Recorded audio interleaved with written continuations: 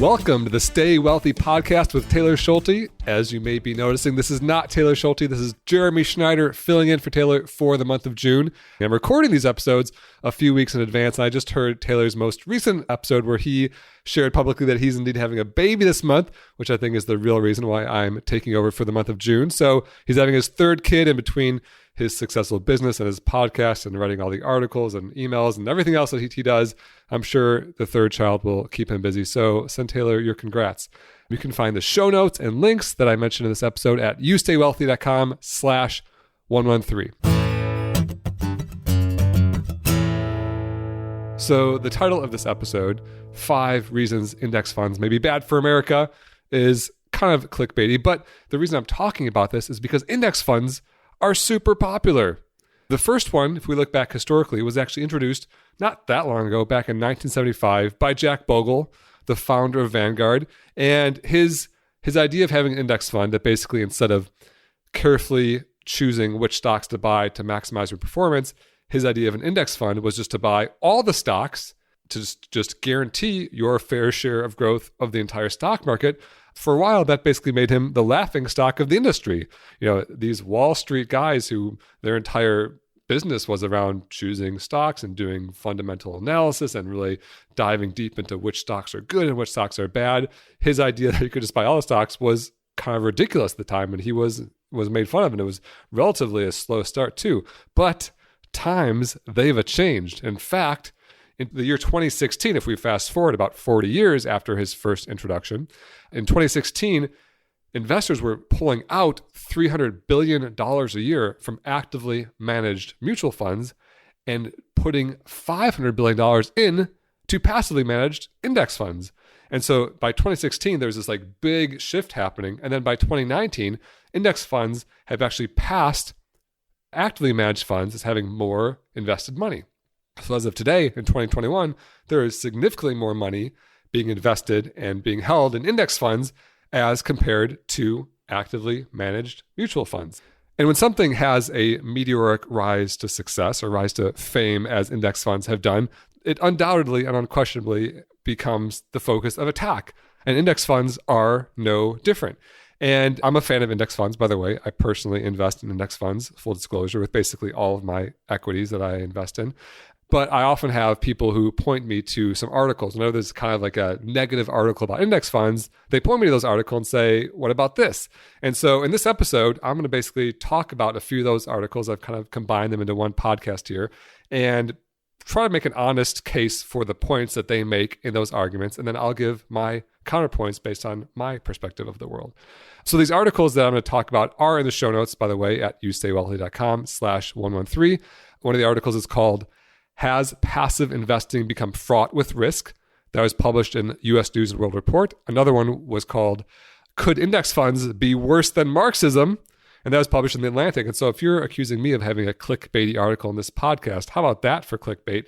And I also did utilize another article called The Misplaced Attack on Index Funds that was published in Morningstar. So one of these articles is basically an interview with Michael Burry. He's the guy who was famously one of the few to predict the 2007 housing crash. And he was also even more famously portrayed by Christian Bale in the movie The Big Short. And whenever there is a financial expert who gets a big bet right, they kind of become like the media darling for all their, future bets. And Michael Burry is maybe the most clear example of this, but it happens pretty regularly with other financial experts too. And so in this article, he basically used the word index fund and bubble in the same sentence. And so then, that article got a whole lot of traction. And so I'm going to break down 5 different reasons or 5 different arguments against index funds and 5 different reasons that index funds might be a problem, either for the American economy or for, individual investors. So here it comes. Problem number 1, no price discovery leads to an inefficient market.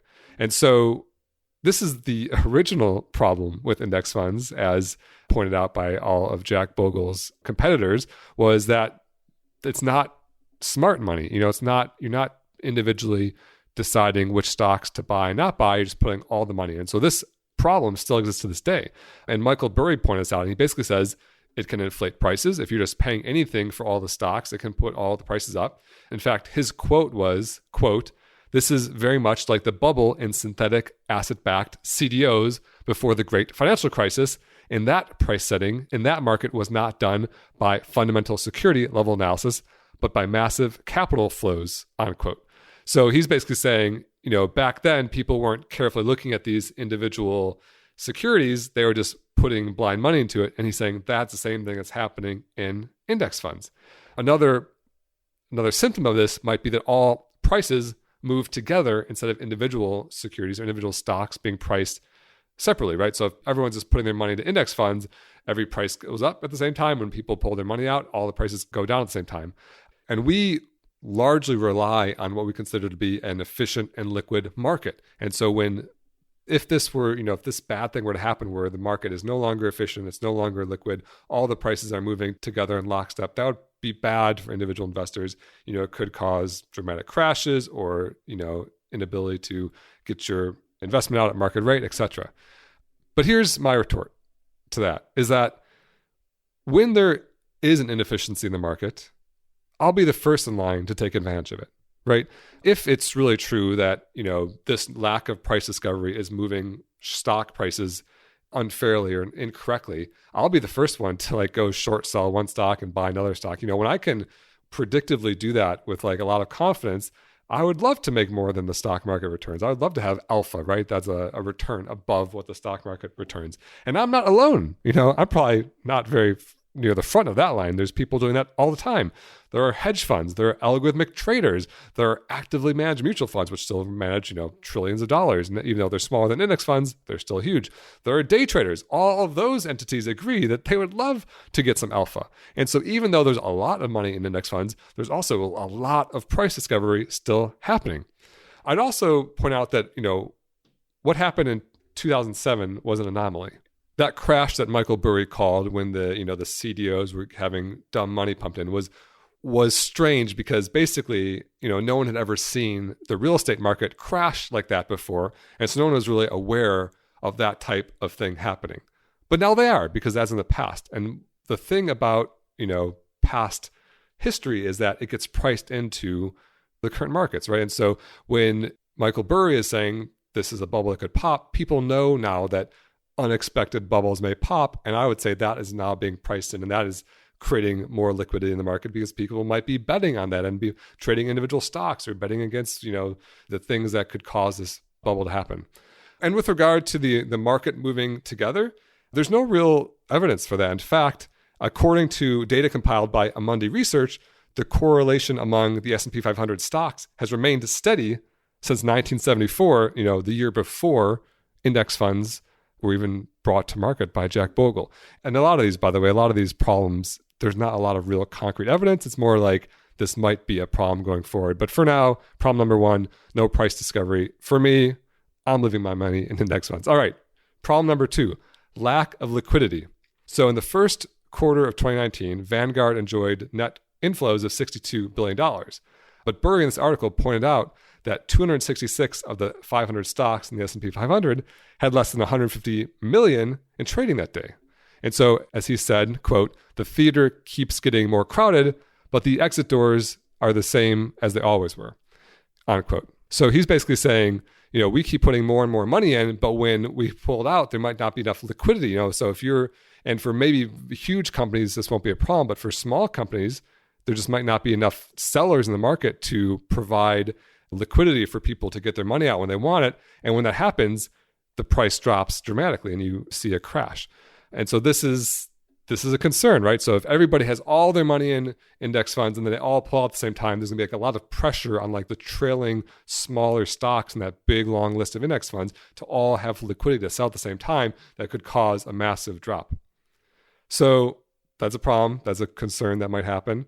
My retort to that is, well, again, there are market makers, hedge funds who will be glad to step in and take advantage of that liquidity or that inefficiency, right? If people are selling at super low prices and then they can buy and hold for a short period of time and collect the dividends or collect the future growth for this now vastly underpriced stock, they're going to step in and do it, right? And, while Burry noted that day there's only $150 million of trading volume. Like, I think that's a little bit disingenuous because there wasn't a run on small stocks that day. That was just a normal day. And, he's pointing out the difference in scale. But I think when the time comes, there are going to be players, like myself included, who would be glad to start throwing cash to get dramatically underpriced stocks. And another retort to this is, yeah, it may crash. The market has crashed a lot in history. I talked about market crashes in a previous episode. And if it does crash, so what? We expect the market to crash. And what we do is we just ride it out and then the market comes back. For example, if you offered to sell me a house today at 2007 prices, I would trip over myself to take that deal in basically every market in the world, pretty much. I'm not an international stock expert, but certainly every market in the US, because prices are way, way higher. We did experience a huge drop after, from 2007 to 2009, but then they climbed back up and, a few years later they were equal again and now they're way above. And so, when you're talking about avoiding crashes, it's a very short-term mentality. But I think wise investing is long-term mentality. And if you are constantly, Michael Burry makes his business on, being an active manager, trying to take advantage of these short-term trends. But for normal investors, we take advantage of the long-term trends, which is to buy and hold over long periods of time and just ride out the crashes. Because if we're guessing and jumping in and out of the market, it's way more likely to hurt us than help us. Okay, problem number 3. It makes companies less competitive through common ownership. This one's kind of an interesting one. It may be not obvious to first-time index fund buyers or to casual investors. But basically, when you buy an index fund, you're buying all of the companies. So you're not just buying Delta, you're buying Delta and American Airlines and United Airlines and Southwest, who's also publicly traded. I think they're all publicly traded. And this, as an owner of all the companies, our incentive as index fund owners is for them to collectively increase profits and reduce expenses, which when you look at it under a microscope at a single company, that might mean, hey, let's not compete. Let's not advertise against our competitors. Let's just lower our expenses by, cutting out our advertising budget, for example, and increasing profits back to the owner. That lack of competitiveness from individual companies could, be bad for America. That could lead to less innovation. That, if one airline thinks they could get an edge by offering a certain type of feature or service or product, but they don't really care because that just is going to take money out of their competitors' pockets and their owners don't care which airline it comes from, that would be bad. That'd be bad for the consumer. It'd be bad for America. And, would essentially turn, every industry into a big oligopoly where they know that they're all owned by the same index funds. So who cares? Just as long as people are still flying, they're happy. My response to that is the people who run those companies do care, the founders, the CEOs, the employees, everyone who, works for that company. They are massively incentivized to improve their own situation, right? If I am the CEO of Delta or the employee of Delta or a shareholder in Delta, basically everyone who works for Delta probably on the aggregate is much more heavily invested in Delta than they are in any other airline. They want to improve their own performance, their own investments and their own business, and they have every reason to compete. And I don't think that because there's some percentage of their shareholders, which are kind of these like silent index fund owners, that they're going to stop trying to make their own situation better. That's kind of the whole point of capitalism and the American dream, which is people look out for their own self-interest first. And this whole problem of less competitiveness through common ownership seems a little bit silly to me when individuals are still running these companies. Problem number 4 is index funds can have too much power. So as it stands right now, the big 3 index fund providers, Vanguard, Fidelity, and State Street, own about 17% of most major corporations. And, generally a lot of retail investors aren't voting in these shareholder meetings. Publicly traded companies have shareholder meetings and boards, and you have different voting rights based on the types of stock you own, stuff like that. And so basically, if you're a big shareholder in a company, your voice might matter in terms of things like CEO pay or who's on the board or direction that the company goes in. And when you look at these big 3 who collectively own 17% of most major companies, when you exclude non-voting shares, people who just don't show up to vote, they actually have about 25% of the voting power in the S&P 500. That is striking some people as a concern. Basically, just three people, the CEOs of those three companies, Vanguard, Fidelity, and Schwab, might have undue control over not just the future of a company, but the future of every company. And sure, I see how that could be bad. I don't know exactly how that would present itself if, the Vanguard, Fidelity and State Street CEOs get together and, decide to really increase CEO pay, or who knows? I don't know what they would do. That would be so nefarious.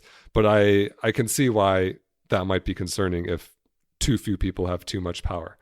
My response to that is basically there's no evidence at all that they're doing this or that they ever would have any reason to do this. Index funds do have voting power. My understanding is that they have generally a very simple principle, which is just, they don't really make a lot of waves because they don't really have an agenda. They just vote with the board recommendation usually. If there ever was a point in the future where index funds started becoming highly dangerous to the market or to America, I think that would definitely be a point of consideration for legislators, and they would probably have some sort of like free market antitrust legislation that would be put in place. And it could be something as simple as index funds can't vote, or, would have to be a proxy and let their, individual shareholders vote or something like that. But for me right now, it just seems kind of like a scare tactic that, index funds, these like, Vanguard's going to suddenly become really opinionated in these company shareholder meetings. I don't see it happening. But that leads us directly into problem number 5 with index funds, which is index funds are too passive. It's kind of the exact opposite of the previous problem, which is index funds aren't taking a ownership or a voting stance in these meetings. Some could make the argument that because index funds are so passive and are committed to being as lean and hands-off as possible, they're trying to lower their expenses as much as possible. They're basically asleep at the wheel, if you will, and aren't taking an active participation in these shareholder meetings and not voting or not voting intelligently. And I could see that being a problem, like if certain companies decide to go rogue and normally, very invested shareholders would be there to vote for the company's best interest, but a company decides to, run their company into the ground or something because index funds aren't taking a part in voting.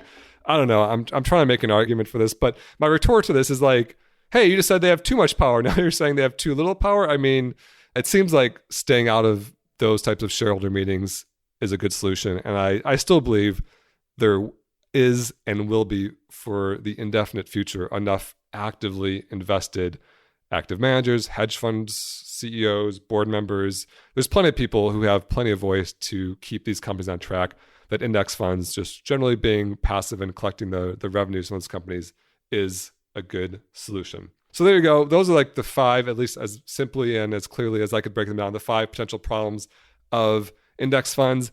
In my opinion, I think they're very, forward-looking problems. I don't think any of them exist today. I do think this anti-competitive or too much power or too big to fail situation where too much power is concentrated among just a very few index fund management companies is something to keep an eye on. I imagine, that might be a point of legislation at some point in the future.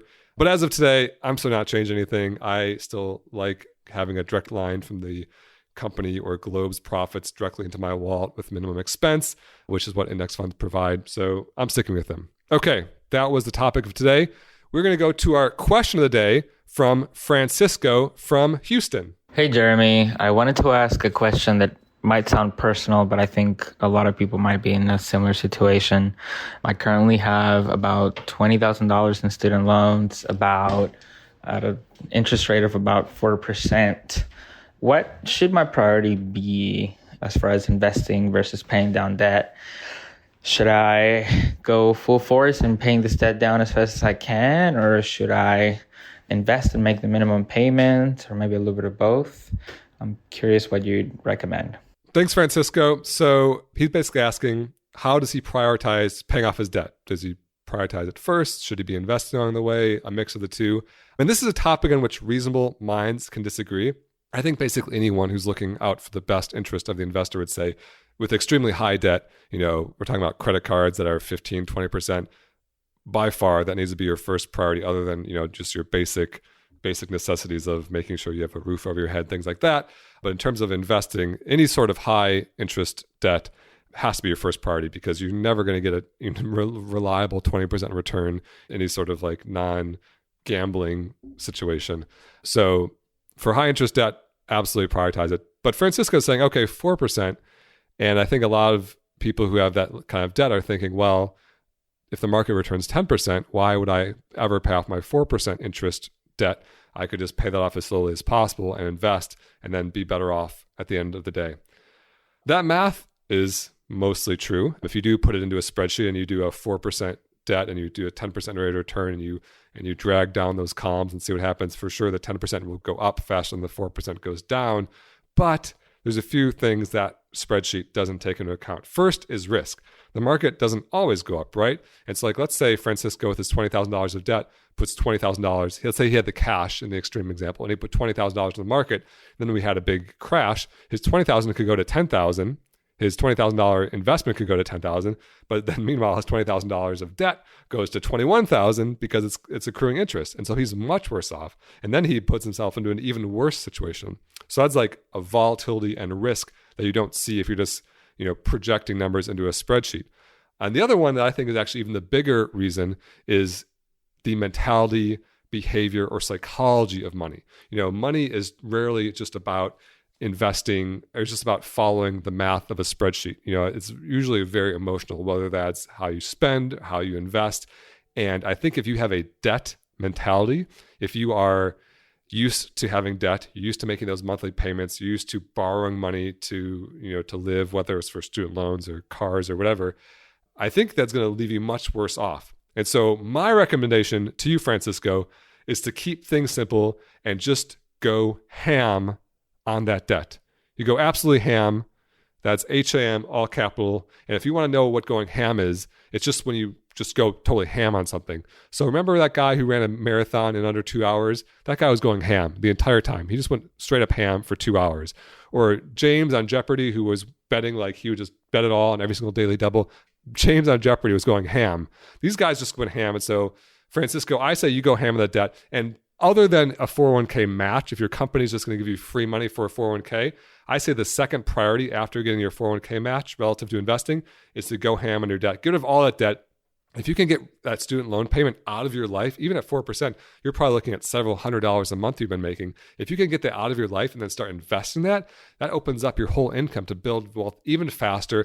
And then you kind of get into this cash mentality where you're not just making payments and you're just balancing all these payments you're making, rather that you just have money and you're growing your money. And I think that behavior, that mentality, that psychology is much more likely to make you more wealthy going forward.